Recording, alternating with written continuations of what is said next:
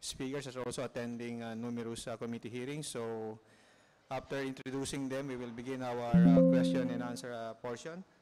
For today, we're honored to introduce House Committee on Good Government and Public Accountability Chairman and Manila Representative Joel Chua, House Deputy Majority Leader and La Union 1st District Representative Paulo Ortega Dapip, House Committee on Basis Conversion Chairman and Zambales 1st District Representative J. Kumhun, Assistant Majority Leader and Ako Bicol Party List Representative Gil Bungalon, and One Rider Party List Representative Rods Gutierrez.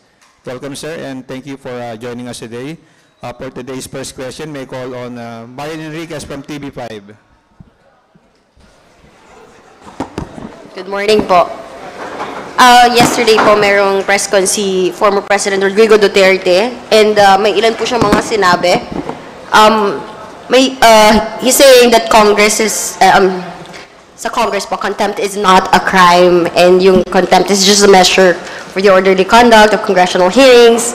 Kung may nagawa kang disturbance or disorderly conduct. So, ang point po niya is dapat daw may detention center sila kung wala sana may bakanting kwarto, doon ilagay at hindi dadalhin. Bakit daw dadalhin pa sa prison, sa correctional? Kasi hindi naman daw criminal.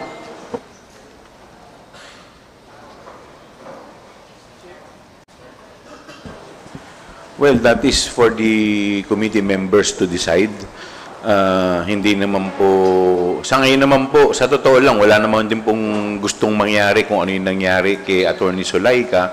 It just so happen, nagkaroon lamang po talaga ng security breach.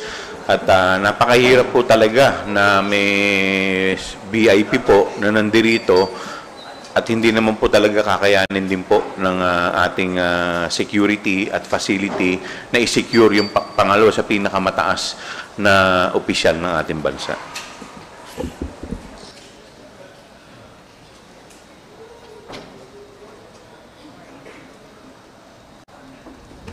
Well, in addition to that po siguro,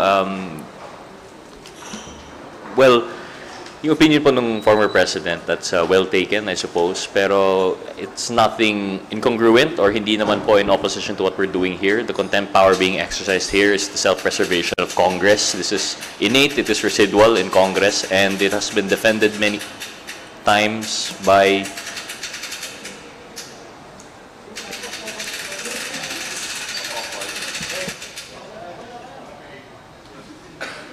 Yun pala yun. Sorry.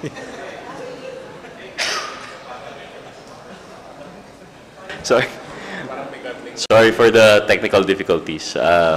So yun po, the power of contempt is residual, it is innate with Congress, and it has been protected many times by the Supreme Court. Our exercise by the House through the committee is valid, I believe, and it is in line with previous precedent. Yung sinasabi po ni Chair Joel, and we agree with that po siguro, yung although we do have we do have a detention center in the House, it's not properly equipped sometimes for given certain circumstances. As we understand, over the weekend, special circumstances po nangyari. It's not just your regular content issue. So the need to transfer to another facility usually ina-accommodate naman. And this is not the first time actually. We've already had precedent that we've already had contempt orders served in these facilities. In fact, yung ano pa yung na-mention? Yung Women's Correctional? The Women's Correctional was previously used also in the Quad Committee on the topic of POGO. So it's nothing new. I wonder why ngayon lang po siya nagiging issue. So yun lang po siguro in addition. On the administrative side, we will take the remarks ng dating Pangulo as customer feedback.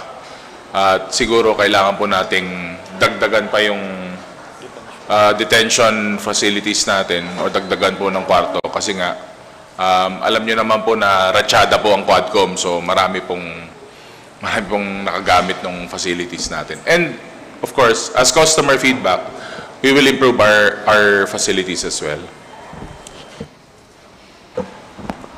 Thank you. May another statement lang po ni Duterte following yung kill remark po ni VP Sara kay PBBM. Her dad, PRRD said, kasuhan nyo na lang si Inday, hindi naman makulong yan. Hindi talaga magpapakulong yan. Kung ipapatay mo yan, uuwi yan ng Davao. I mean, it's pertaining to the DOJ. This was this was with the press con last night, no? Yes po. Hindi ko pa kasi napanood. Pero opinion naman niya yun eh. So, but again, nakita naman po natin yung direksyon ng House, yung sagot ng House, sagot ng ating mahal na Pangulong Bongbong Marcos. They are treating this with all seriousness. Kaya kung ano man yung laro-laro na naman na play with words o kaya yung sinabi nilang kasuhan, then titignan po natin sa mga susunod na araw kasi hindi naman po, wala naman po sa kamay ng Kongreso yan. Ang ginagawa po ng Kongreso ngayon, hinahalungkat po natin yung katotohanan, hinahanap po natin yung katotohanan dito sa ating mga hearings sa good government, saka sa Quadcom. So, wala. Opinion nila yun eh. Yun ang tingin nila eh. Thank you. Yes, I guess the DOJ through the NBI has started its investigation, and a subpoena will be issued for the Vice President to answer and to face these criminal charges to be filed against her. So with that, due process will be observed in such a way that the Vice President will be given the opportunity to answer with regard to his threat against the President, the First Lady, including the House Speaker. So this will undergo a regular process. Sorry, can we hear the quote again? Just to be sure po, no? Kasuhan nyo na lang si Inday, hindi naman makulong yun. Hindi talaga magpapakulong yun. Kung ipapatay mo yan, uuwi ng Davao yan.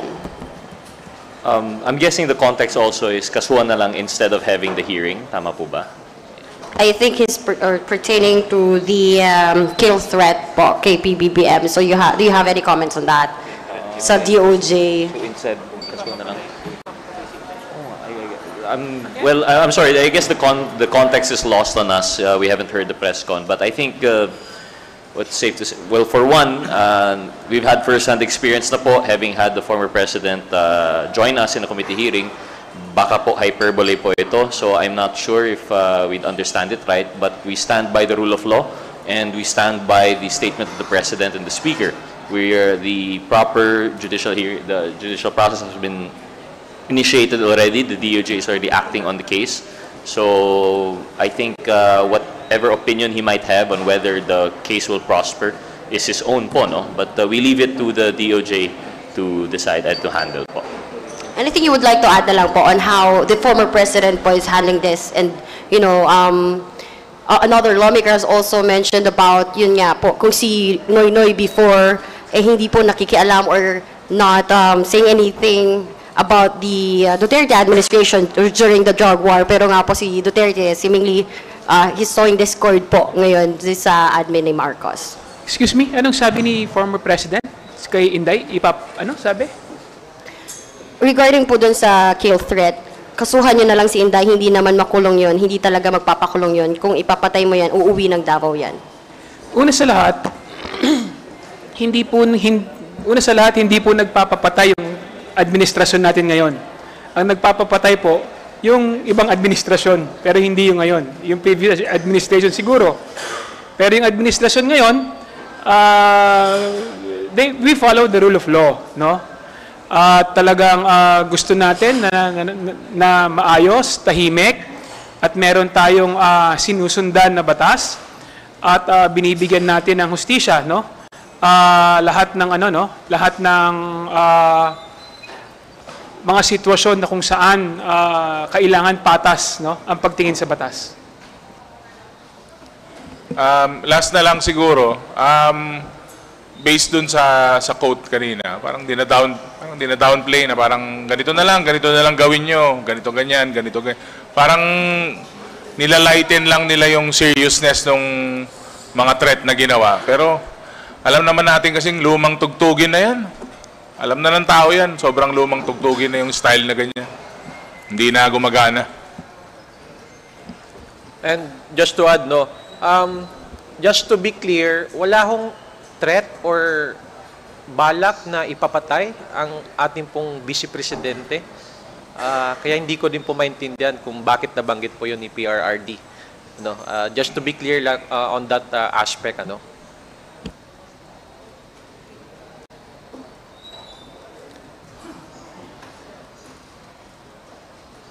Have you finished with your questions, Marian? Marian, are you done with your questions? Okay, let us recognize Gab Lalo from Inquirer Online.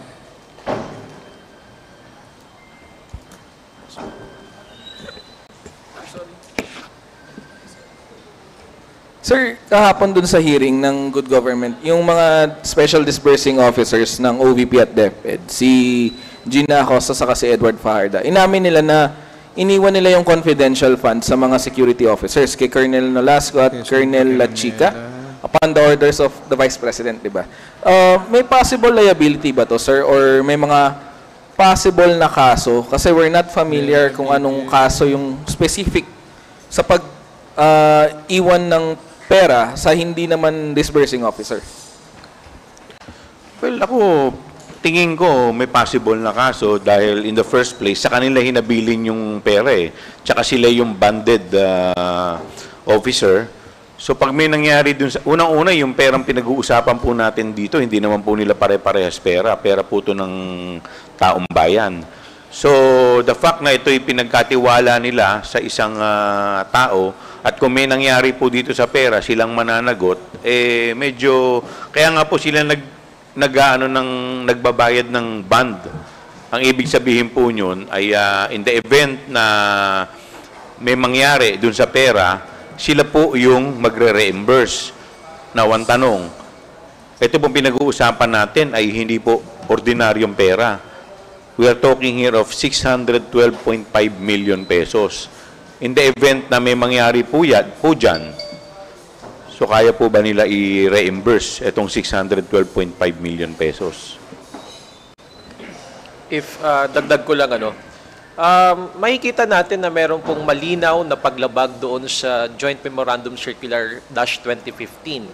Dahil kung titignan natin kung sino yung accountable officer doon, it refers to the Special Disbursement Officer, the SDO, who in the person of Gina Acosta and Edward Fajarda. So wala naman po doon na nakalagay sa guidelines ng JMC na kailangan mong ibigay doon sa security officer. Yes, we understand na kailangan po ng security, no, to secure the money upon encashment. But yung iti-turn over mo, yung pera na kaka-encash lang, kakakuha lang sa bangko, it seems there is it's highly irregular in the sense na hindi nga yun ang accountable officer. So doon pa lang malinaw na meron pong paglabag. And namin naman po mismo ng ating pong mga SDOs na yun po ay utos ng ating Vice Presidente.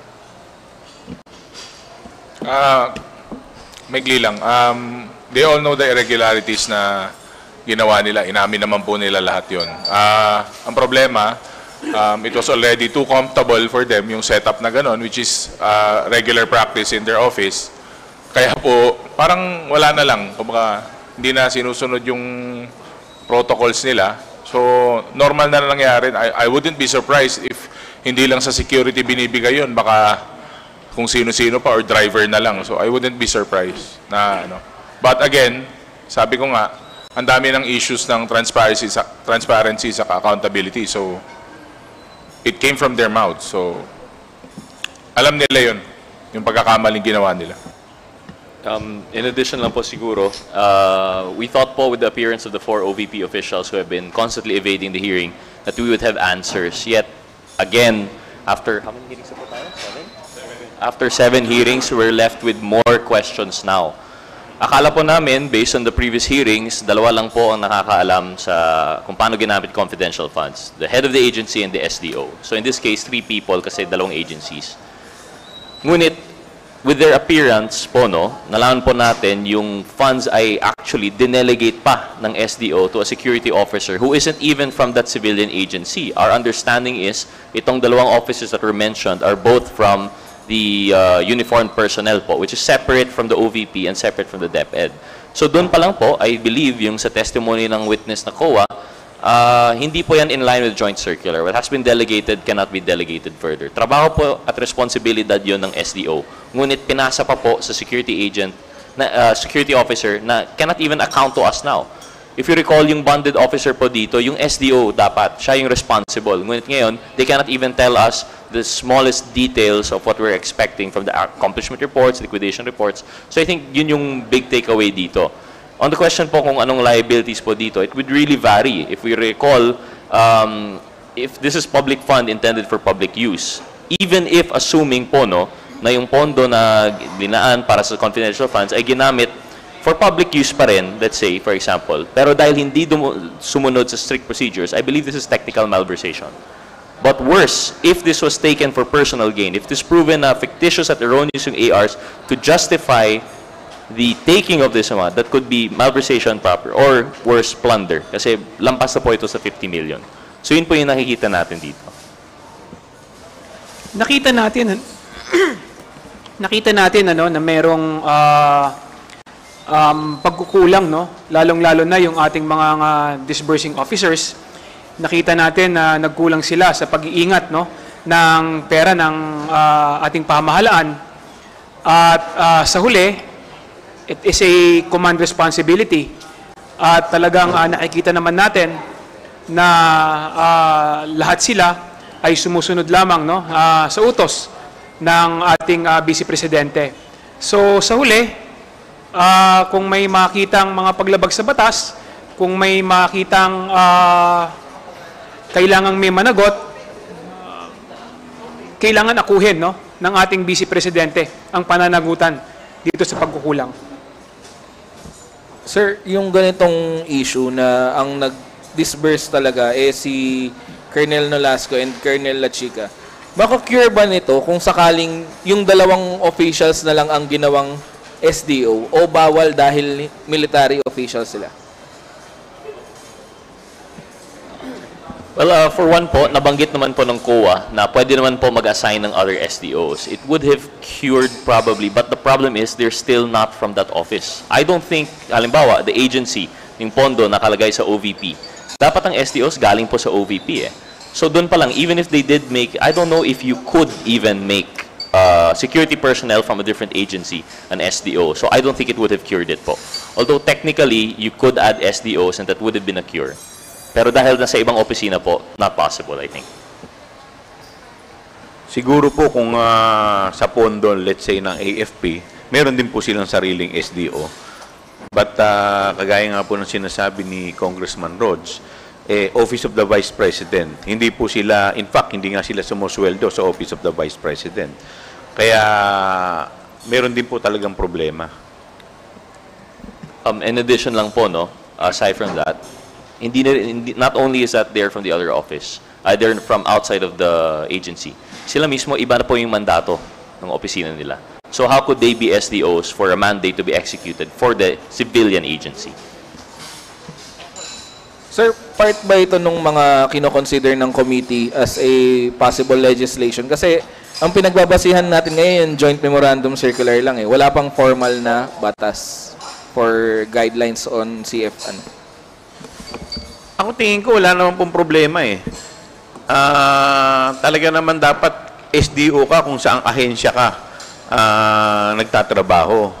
Nagkataon lang dito, gano'n naman talaga, yung binigyan nila ng ginawa nilang SDO, talaga naman pong nagtatrabaho, just so happen, binigay po nila sa iba.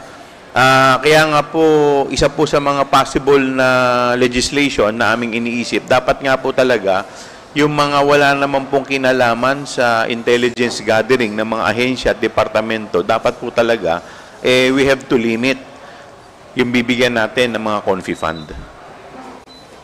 In addition to that lang po, no, siguro nakita natin, back then siguro sufficient pa yung joint memo circular, joint memorandum circular. Pero nakita natin na it's being twisted, yung definitions. Halimbawa, si Mr. Fajarda was insisting na yung pagbigay niya ng pera to the security officer is disbursement, which I think the COA says is not their interpretation at hindi rin. Pero to be fair, I don't think it says in this joint circular kung ano ba talaga yung disbursement. So, in a sense, I think one of the suggestions by the committee, siguro the committee report, is to strengthen the joint memorandum circular. But on our part, I think we might push for legislation on top of that po, no? To really set the bounds and limitations ng mga SDOs natin and siguro stronger penalties for that responsibility. Sir, last question na lang. Kasi kahapon may statement yung mga House leaders saying na yung statements ni Vice President Duterte was a clear danger and threat to the country's democracy. Do you agree with this? Tingin nyo may ganong gravity yung mga statements na binitawan ni Vice President? 100%. Definitely, because ang threat po sa ating Pangulo. Ang ating pong Pangulo ang nagre-represent po ng ating bansa. So, siguro sa ibang bansa nga po, baka hindi po, they will not take it lightly. So, definitely, there is a clear and present danger.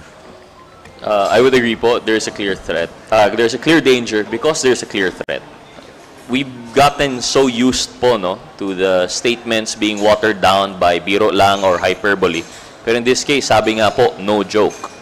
So there is a clear threat on a person who isn't even private, but the head of our country. So this is a threat, direct threat on our democratic institutions. So there is a clear, very clear danger po. Ang ginawa no ng ating Vice President ay malinaw na nagdudulot ng gulo at saka pagkawatak-watak, no? Kapag hinayaan natin ang ganitong klaseng pananakot, nagiging banta ito hindi lang sa demokrasya natin, kundi sa katatagan ng ating bansa. Thank you, Gov. Mayor Alice Moras from PTV4, you're recognized. Hi, good morning po. Sir, unahin ko lang po yung about health concerns. Kasi kahapon, yun nga, si Gina Acosta habang tinatanong niya sa hearing kahapon ay bigla na lamang sumama yung pakiramdam at isinugod sa ospital. At alam naman natin si Attorney Zulaika Lopez ay nasa ospital na rin. Una po, Kongs, ano po yung official medical update na kina Gina Acosta at Zulaika Lopez? Kumusta po sila at hanggang kailan kaya sila sa Veterans Hospital? May update po ba sa atin? At ano lang din po, isunod ko na rin po, ano pong masasabi nyo dito sa mga tauhan, mga opisyal ng OVP na biglang nagkakaroon ng problema sa kalusugan sa gitna ng pagdinig? Doon po kay Attorney Zulaika Lopez, kung hindi po ako nagkakamali, ang kanyang diagnosis is acute stress. Ano yan? Ano yan? Disorder. So, parang binibigyan siya ng ilang araw para makapagpahinga. Until such time siguro. Anyway, yung contempt naman ay in-extend po namin until Saturday, or that is 5 days, no? So insofar naman as si Ma'am Gina Acosta, wala pa kaming report, pero nung nandoon nga po sa committee hearing, pinatawag po natin ang ating in-house medical doctor, at nung binipi po siya, parang nag-shoot up yung yung blood pressure ng 150/100. Kaya po minabuti na dalhin siya sa malapit na ospital, which is dito nga po sa Veterans.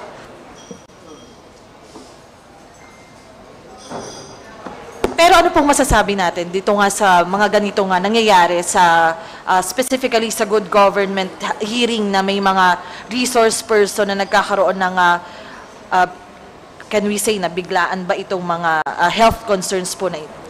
Magpagaling po sila. We wish them well para po makabalik na sila at masagot na nila yung mga tanong na importante po sa committee. Wala naman po sigurong ibang rason na kung bakit sila may nararamdaman, kung hindi siguro nahihirapan silang sumagot. Baka nahihirapan nilang sabihin yung mga gusto nilang sabihin. At saka yun siguro nagkakos ng stress. But I'm not a medical practitioner, so pagaling po sila para makabalik na po sila at masagot na po yung mga kailangan sagutin sa komite.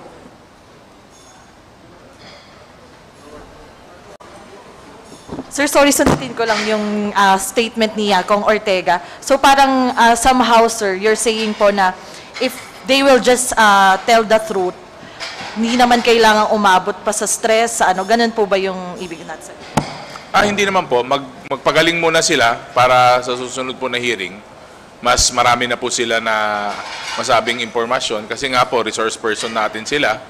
At sabi nga nila, minsan, pag nagsasabi ka ng katotohanan, the truth will set you free. Nakakagaang po ng pakiramdam ang pagsasabi ng katotohanan. Naalala nyo po nung nag-affidavit po si Ginang Royina Garma, ibang-iba po yung pagsasalita niya pagkatapos niyang sabihin yung totoo, mas relax, mas diretso siya sumagot. Makikita mo po talaga yung diferensya.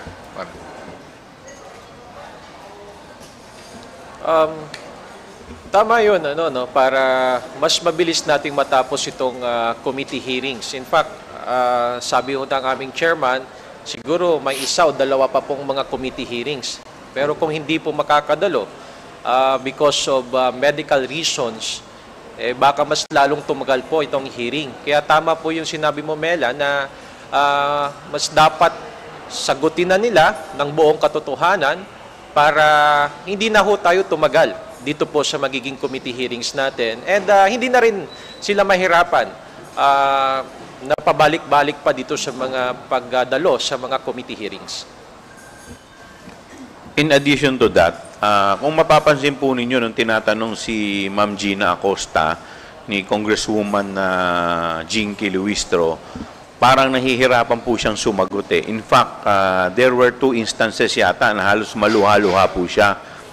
So, it's either hindi po niya alam yung talagang kanyang responsibilidad as SDO at doon lamang niya nare-realize na may mali sa kanyang nagawa, or meron po siyang pinagtatakpan na katotohanan na hindi po niya masabi-sabi.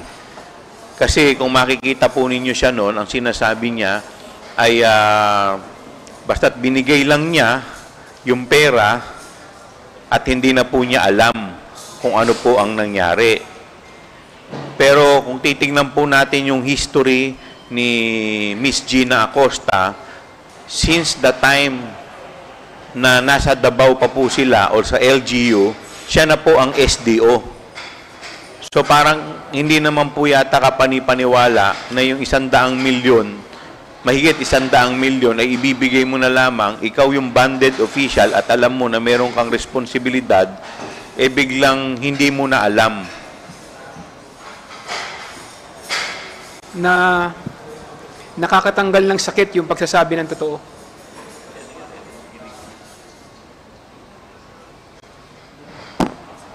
Okay, and mag-shift lang po ako. Another question lang po about dun sa naging press con ni former President Duterte kahapon. May sinabi po kasi siya na there is a fracture in government and there is a fractured governance sa Pilipinas ngayon. Nobody can correct Marcos, nobody can correct Romualdez. There is no urgent remedy. It is only the military who can correct it. At sinabi pa niya, hanggang kailan kayo magsuporta ng drug addict na presidente? Ano pong masasabi nyo rito? Hindi, para sa inyo, hindi po ba ito parang in a way, parang nag-encourage na ng withdrawal of military support? Ano pong reaksyon nyo dito sa particular statement ni former President Duterte?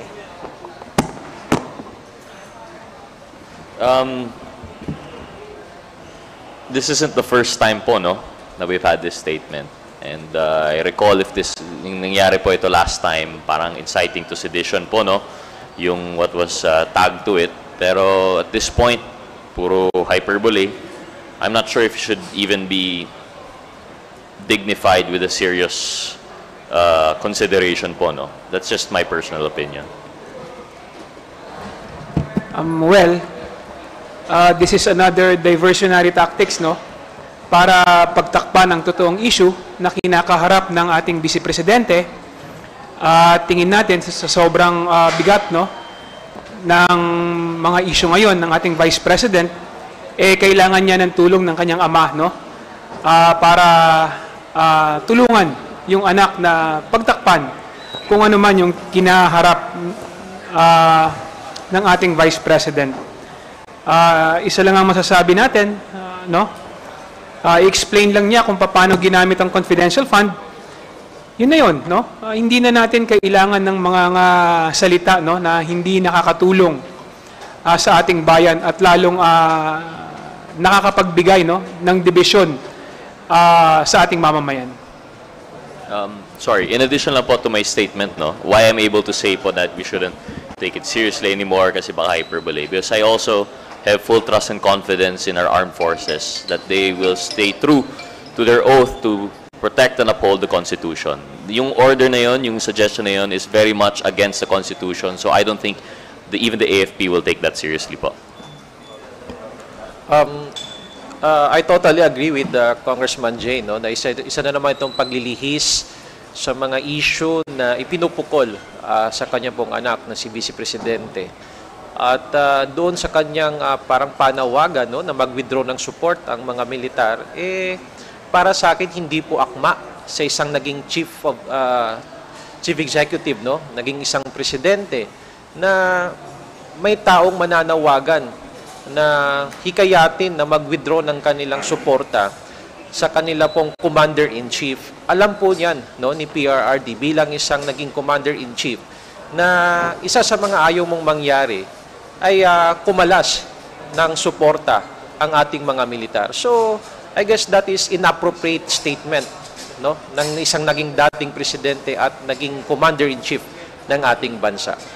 Dahil kung ganyan, again, we are not calling for a peace and unity in our country. Mas lalo mo pang hinihikayat na magkaroon ng gulo, away sa atin hong bansa. Parang 3 beses na yata nilang na statement yan or sinubukan na ginawa. Kaya nga sinasabi ko, talagang lumang tugtugin na yan. Wala nang naniniwala, wala nang sasama dyan. Kasi ang taong bayan, mas maraming problema na kailangan ayusin, which is yun ang ginagawa natin ngayon. Wag na silang dumagdag sa problema ng bansa. Dinidivide pa nila tong bansa natin. Wala. Lumang tugtugin na yan, wala na nakikinig. Sorry, connected pa rin po. Nabanggit nyo rin po yung kay Vice President Duterte. Follow-up na lang po sa mga statement kanina kasi ngayon, mainit sa mga public discussion yung naging death threat nga ni Vice President Duterte laban kay na Pangulong Marcos at Speaker Romualdez. And yung iba, may mga nananawagan para maimbestigahan ito. Para sa inyo, is it best po na maimbestigahan? At saan po kaya particularly nakikita nyong best na maimbestigahan yung mga ganitong pahayag nga, yung mga naging pahayag ni Vice President Duterte? Tingin ko yung NBI po, yung national government ay gumalaw na. In fact, nag-issue na ng subpoena ang NBI para po makuha ang panig ng ating Vice Presidente. So makikita naman po natin yung mga on the national level po, yung mga national agency na concerning natutugon po dito sa isyong to ay nandiyan na po at gumagalaw na po. In addition, no, nakita naman natin yung professionalism, no, ng Armed Forces of the Philippines at talagang nakikita rin natin, no, na gusto rin malaman ng Armed Forces kung ano yung katotohanan, lalong-lalo na sa confidential fund. At sa ngayon nga, dininay, no, ng ating armed forces na nakatanggap sila ng confidential fund, no, sa Office of the Vice President. Thank you, Mela. May I call on Bibi Angulia from ABS-CBN2. You may proceed with your question, ma'am. Good morning po. Follow up lang dun sa question ni Mela on the medical update sa medical status nitong mga dinala po sa VMMC. Kong Chua, baka lang po meron ng report sa inyo, for example, today, kamusta na po sila? At saka, makaka-attend pa po ba sila nung mga succeeding hearings ng committee? For example, on Friday, magre-resume yung inquiry. A-attend po ba ito? Si Attorney Zulaika Lopez, kahapon po, in-attach po dun sa kanyang excuse letter, yung medical update po niya. Kaya nga po, in-extend na lang po namin yung kanyang contempt for another 5 days. So, para at least, nandoon naman siya sa veterans, makapagpahinga siya, ma-examine siya thoroughly. Insofar as si Miss Gina Acosta, dahil kahapon pa lang po nangyari, wala pa po tayong nakukuhang report galing po sa kanyang sa kanila pong panig. Hopefully, by Friday, makarating po siya dahil yung in-issue po namin, hindi po namin nilift yung kanilang contempt and arrest order. Ito po'y forlo lang. Ibig sabihin, temporary lamang pong pinayagan sila until Friday na hindi po sila madampot at ma-subject sa arrest. So, sa Friday po, si Lopez makaka-attend na. And ito pong condition ni Acosta is not life-threatening naman? Hopefully po makarating dahil nakita naman po ninyo kahapon. We've been very fair naman po sa mga resource person natin. In fact, nabigyan pa sila ng forlo sa kanilang contempt and arrest order. So, kung magiging cooperative lamang po sila, sa tingin ko wala naman po talaga magiging problema sa committee.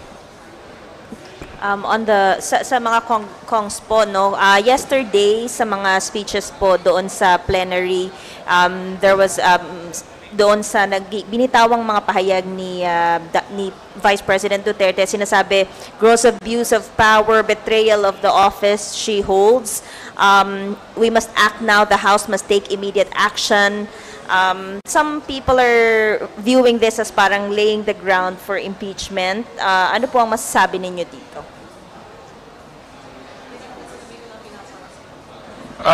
Normal po siguro na reaksyon ng House members yun under the leadership of Speaker Martin. Siyempre po, kami po yung direktang binibira din nila sa House of Representatives. So, kaya kami nandito dahil pinagtatanggol po namin tong bahay namin, tong House of Representatives.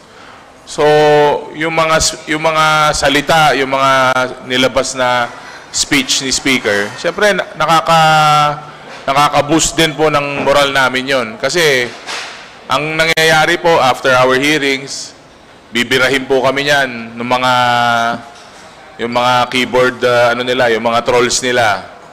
Pero nakaka-boost po ng moral kasi pinakita lang po na the House must take action and the House is taking action right now. At ang number one na ginagawa po namin, yung is in aid of legislation, which is yan po ang bread and butter ng House of Representatives aside po sa paggawa ng batas. So lahat po ng ginagawa namin at gagawin, matagal na po namin inumpisan. Wala pa pong Quadcom, nag-umpisa na po sa mga hearings para mailabas po yung mga katiwalian na yan. Kung ano man yung dapat na gawin o syempre yung sa executive side, hindi naman namin control yun Ang nagagawa po namin is yung trabaho namin, which is yun yung ginagawa namin. Yun po ibig sabihin nung pag-take po ng action. And what we are doing now is already taking action and it is a call to action. For me, I share and join the sentiments expressed by our colleagues yesterday in the plenary session. Bilang isang miyembro po ng House of Representatives, hindi naman natin gugustuhin ang yung ating leader through the House Speaker ay pagbabantaan po ang kanyang buhay. Remember, yung official po na nagpahayag ng actual death threats is the second highest public official of the land. And the threat was directed to the President, the First Lady, as well as the House Speaker. So, alangan naman hindi kami mag-react doon sa naging pahayag, no? Pagbabanta na po yun sa buhay. And yung mga ganun po, wala hong puwang yon sa ating pamahalaan. Remember, we are public officials. Paano tayo titiwalaan ng tao kung tayo mismo walang pakundangan na magbibigay ng mga death threats? Remember, Vice President po siya. And isa po siyang abogada. Alam niya po yung mga consequences. When we utter the speeches and the statements, dapat naman yung akma sa ating pong posisyon. So, again, this is to share the sentiments of the House leaders who expressed their support to this administration, to our House Speaker, dahil hindi na po ito biro. Isa na po itong malaking banta sa ating demokrasya, sa ating pong kapayapaan. In addition, in addition lang, nakita naman natin, kung gaano kasipag magtrabaho ang ating speaker. Nakita naman natin kung gaano kasipag magtrabaho ang Kongreso ngayon. Meron tayong Quadcom na nagtatrabaho kahit na break. Ngayon, sinimulan na yung Quintacom, At dire-diretso yung ating mga committee hearing sa pagbabalangkas ng batas. Pagdating naman ng weekend, nakikita naman natin, umiikot ang mga representante natin, sumasali sa BPSF, at nagbibigay ng suporta, tulong sa ating mamamayan. At kaya nga, pag natatawa nga kami, pag sinasabi na ang pasok namin mula Monday to Wednesday or Thursday, pero ang hindi nakikita, kaming mga representante, umuwi rin kami sa aming mga distrito. At doon namin tinatanong, nagpapakita kami ng suporta sa aming mga kadistrito, nagbibigay kami ng tulong sa ating mga mamamayan. So, dito nakikita yung liderato ng ating napakasipag at pinakamagaling na speaker na si Speaker Martin Romualdez. So, nakakalungkot na merong mga ganitong klaseng pagbabanta, nakakalungkot na meron ganitong klaseng pag-threat sa buhay ng ating presidente, sa buhay ng ating First Lady, sa buhay ng ating speaker. So, natural lamang na ang Kongreso ay magsasama-sama upang ikondena yung ganitong klaseng mga gawain. Just to clarify my question, Kong, given the statements po na ni VP, kino-contemplate na po ba yung impeachment complaint dito sa lower house? Sa ngayon, wala pa naman po kaming napag-uusapan tungkol dyan. Basta kami po, tinutuloy pa lamang po namin itong trabaho, kung ano po yung aming ma-unravel dito po sa committee hearing na to. At the end of the day, ito po ay pag-uusapan ng lahat ng mga miyembro ng committee. Hindi po ito magiging desisyon ng isa. Ito po ay, at the end of the day, collegial body po ang magde-decide kung ano po ang magiging laman or konteksto ng aming committee report. And to add lang, ang goal po namin talaga dito sa Committee on Good Government saka sa Quad, syempre ang goal namin, matapos na yung hearing sa investigation para yung mga policy recommendations, yung mga bagong batas, saka yung mga amendments at yung mga possible po na findings natin, maisubmit po sa mga kaukulang ahensya. Yun po ang number 1 talaga na priority ng committees, mga nasabi. Salamat. Kung tatanungin niyo ako, kung ang mga binitawang salita ba ng ating Vice Presidente, tingin ko, impeachable offense ba ito? Tingin ko, personal na opinion ko to, oo. Pero kung tatanungin niyo rin ako, kung napag-uusapan ba ito sa Kongreso, hindi pa namin ito napag-uusapan, Dahil nga abalang-abala din kami lahat, sa pag-attend ng meeting, At marami din kaming mga batas, mga ordinansa, mga panukalang batas na kailangang ayusin. Lalong-lalo na, naghahabol din kami dahil malapit na nga yung break, At siyempre, umuwi din yung ibang mga congressmen, sa kanilang mga distrito para tumulong at tignan kung ano yung mga pangangailangan, no, ng ating mamamayan. Sa mga members naman po ng Lakas, kasi po kahapon, nakita po dun sa, after ng speech ni Speaker, parang sa photo op, nakita po si Congresswoman Gloria Arroyo with the other majority House leaders po. What do you make of that po? And yes, in the past po, parang tuwing may andito, dumarating po si Congressman Arroyo kapag nandyan si Vice President. But yesterday, during the hearing ng House Committee on Good Government, hindi po natin siya nakita. Sino ba lakas dito? Ako pala, lakas ako. Ikaw na. Siyempre, maganda po yun na magkakasama kami po lahat sa aming may group photo po kami. Pero mas maganda po rin na tanungin po natin ang dating Pangulo kasi mahirap naman po mag-interpret ng mga actions niya. Pero ako, wini-welcome ko yun na natutuwa ako at nandun siya. Kaya nga nandun po ako sa likod. Sabi ko, maganda yung moment nila kaya hindi na ako pumicture sa harap. Sila na lang muna. Mahirap, in addition sa sinabi ni Kong Paulo, no, napakahirap hulaan, no, ang puso at isipan ng ating dating Pangulo, ni former President PGMA. Pero isa lang ang masisiguro natin na naririnig ko din, no, na sinusuportahan ni former President GMA ang ating Speaker at silang dalawa talagang magkaibigan.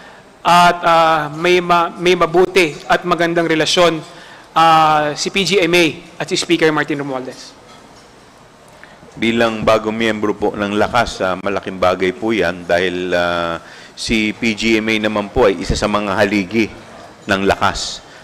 At talagang maganda po na makita po yung mga haligi ng Lakas na nagkakaisa at nagsasama, lalong-lalo na po sa mga ganitong klaseng panahon kung saan may threat po ang ating institusyon, ang Kongreso, at may threat po ang ating bansa. Last. Ang lakas ng dating. Last na lang po from my end, Kong Jill Bungalon. Update lang po, yesterday may hearing yung Ethics Committee. May action na po ba dun sa reklamo po ni na Kong Angelica, Natasha Co, and Stella Kimbo? Yes, yesterday we had the committee meeting with the Committee on Ethics and Privileges. So we had an initial hearing of the complaint filed by Congresswoman Stella Kimbo as well as Congresswoman Angelica Natasha Co against Congressman Wilbert Lee of Agri-Party List.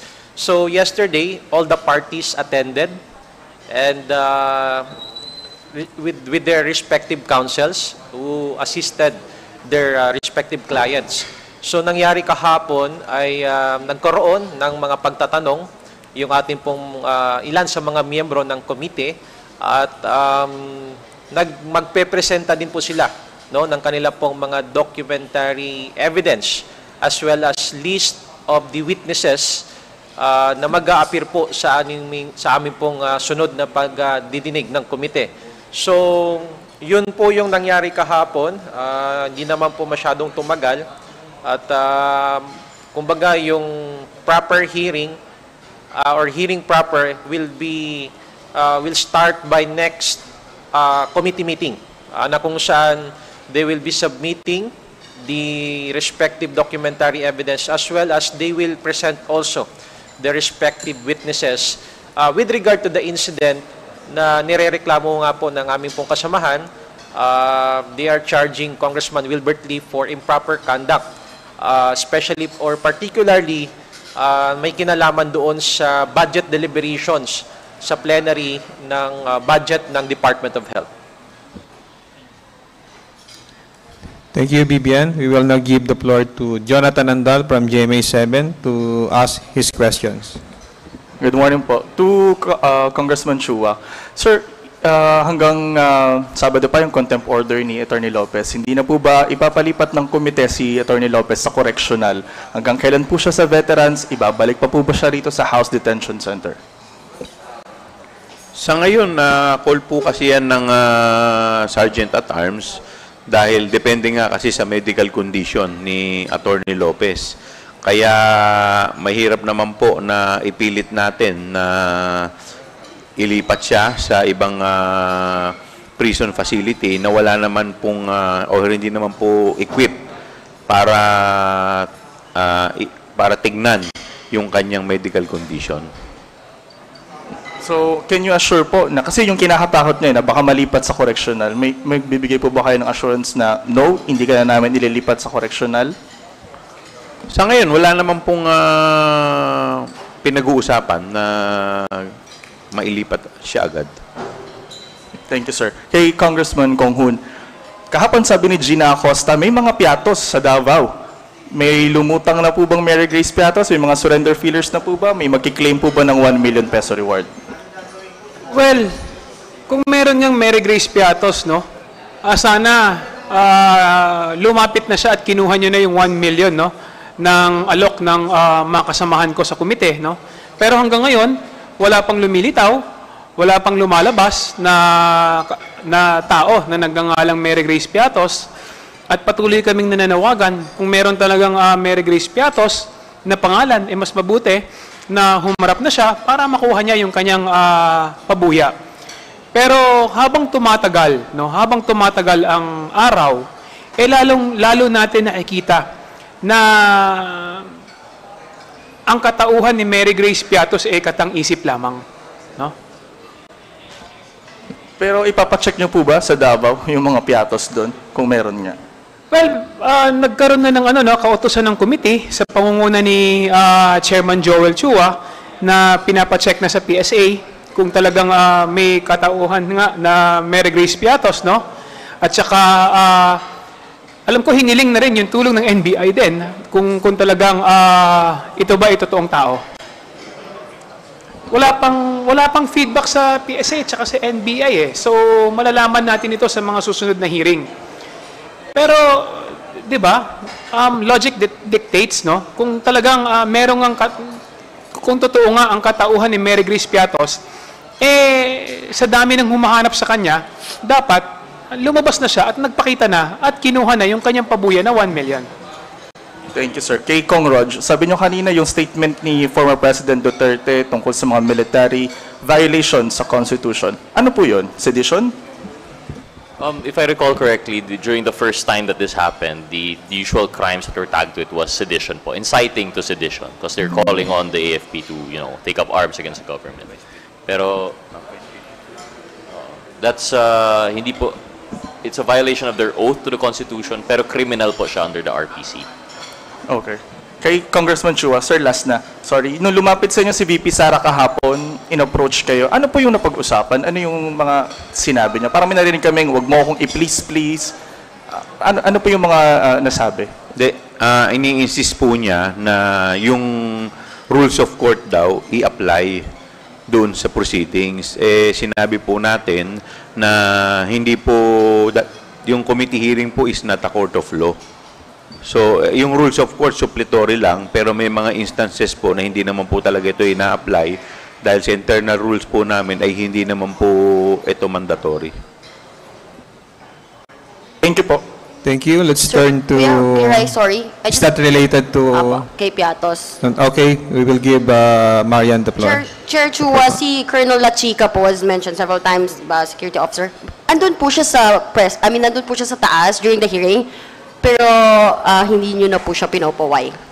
Pinaupo po siya sa harapan, but unfortunately, nagkaroon po tayo ng emergency, si Gina Acosta, si Colonel La Chica, kaya po nando doon because nung kahapon po, personal, part po siya ng security group ni VP Sara. So nung tinakbo po sa ospital yung si Gina Acosta at sinamahan po ni VP Sara, so yun po yung magiging consequence po nun, masasama po dun yung security ni VP Sara. Pero siya po ay invite in the next scheduled hearing. Okay, let's turn to Sandro Chona from Billionario TV for his questions. Sir, last week merong helicopter theory. Do you think it stops sa SO? Or probably meron pang nasa ibaba nun, kaya mabilis yung disbursement, yung 26 disbursements in a day ni Fajarda? I'm sorry, can we have it repeated, boss? Last week po may helicopter theory na even if you give si Fajarda ng helicopter, hindi niya magagawa yung 26 disbursements in a day. Do you think it stops sa SO o probably meron pang mas maraming tao sa ibaba ng SO to do such a disbursement na mabilis? SO as in yung security officer. Yes. At the way that it's going, yung sagot po na nila na give it to the SO, I think that throws the whole theory out. Kasi ngayon, alam na po natin kung paano nila na-disburse to 26 different locations in one day. It's because they delegated it. So I wouldn't be surprised if the SDO has already delegated to the security officer, then probably the security officer delegated also further down to his subordinates. And yun na po mismo yung nag-deal. So that would explain how nagawa yung ARs na yun, but it still doesn't cure po yung defect na hindi po dapat yun na-delegate. Alright. Sige, iwan na po natin kasi baka may makita nila yung susunod nating questions. On the budget BICAM naman, malapit na mag-budget BICAM, yung outburst po ba ni VP Sara enough yun na reason na para wag na talaga ibalik yung tinapyas? Kasi may ilang senators na nagsasabi na they are pushing for na ibalik yung mga natapyas na budgets for the Vice President. We respect that opinion of the senators, no? Kung sa tingin nila gusto nila ibalik. But then again, ito pong mga pagdinig natin dito sa Kongreso, ay nakikita parang merong ngawang disconnect sa mga officials ng OVP. And precisely, the reason why mas lalo nga dapat na ibigay na lang natin doon sa mga major agencies yung pong implementasyon ng iba-ibang mga programa. And to be clear, hindi naman natin talaga binawasan. Kumbaga, nilipat lamang ho natin doon sa mga ahensya na meron talagang primary mandate, no, to implement these programs.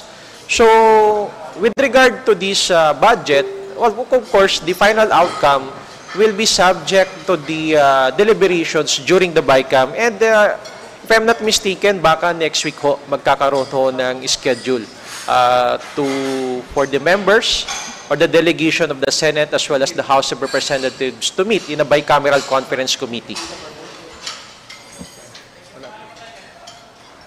Thank you. Jelly Mendez from DWIC, you're recognized. Sir, yung sa pagbibigay po ng furlough sa 4 na opisyal, possible din po na ibigay din to kay Attorney Zulaika?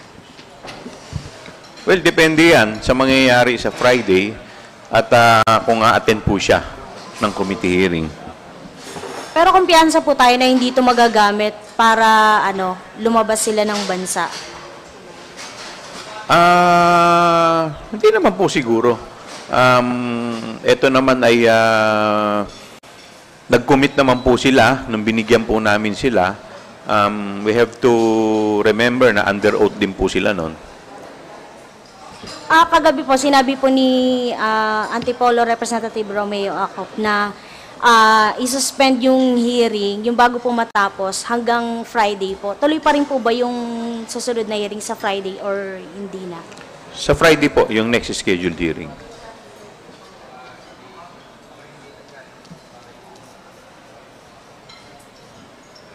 Okay, last question, sir. From Ed Galvez of FEBC Radio. Sir, balikan lang natin yung hearing kahapon sa sa Good Government. Ang sabi, umamin si Edward Fajarda na meron ngang cash and allowance distribution sa mga DepEd officials, national, regional. Pero ang justification niya, nag-aabono yung mga officials na to. Your thoughts on this, sir? That is not enough justification dahil ang budget po na ina-allocate, may specific purpose po yan. So dapat, kung ano po yung purpose, kung saan po ito inappropriate o in-allocate, dapat doon nyo po gagamitin. Pag yung budget ay ginamit nyo po sa iba, no matter how lawful it is, that is technical malversation.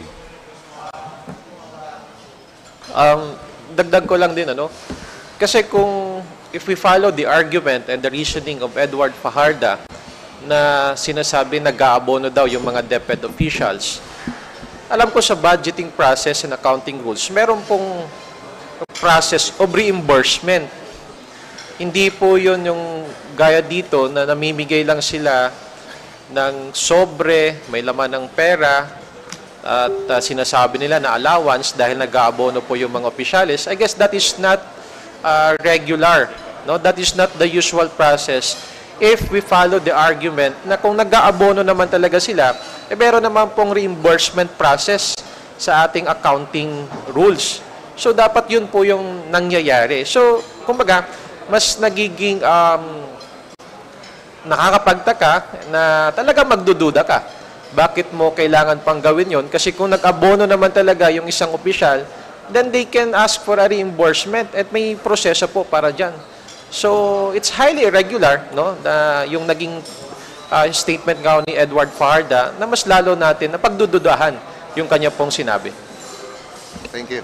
Sir, ihabol ko lang po yun sa hypothetical question po ni Congressman Marcoleta.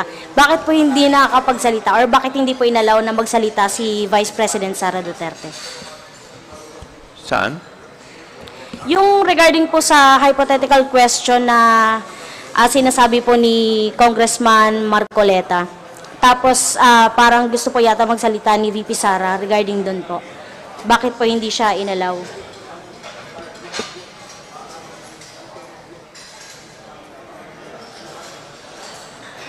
Kasi internal rules po namin yun eh. Kami-kami lang muna ang nangyayari po kasi kahapon, pati mga rules, kino-question po niya. So parang it is, yung manner po na ginagawa niya, it is like as if para po siyang member ng committee. Hindi naman po dapat ganun. Dapat kami po ang nagtatanong sa kanya, hindi naman po yung siya ang nagtatanong sa amin. Sir, ito ba yung, naniniwala po ba kayo na ito yung dahilan kung bakit nag-adjourn din po agad si VP Sara? Nagano? Yung lumabas po agad sa loob ng People Center po. Hindi, in fairness to the Vice President, nagpaalam naman siya na samahan yung kanyang staff. At meron naman po talagang medical situation kahapon. Tinawag natin yung ating medical doctor to check the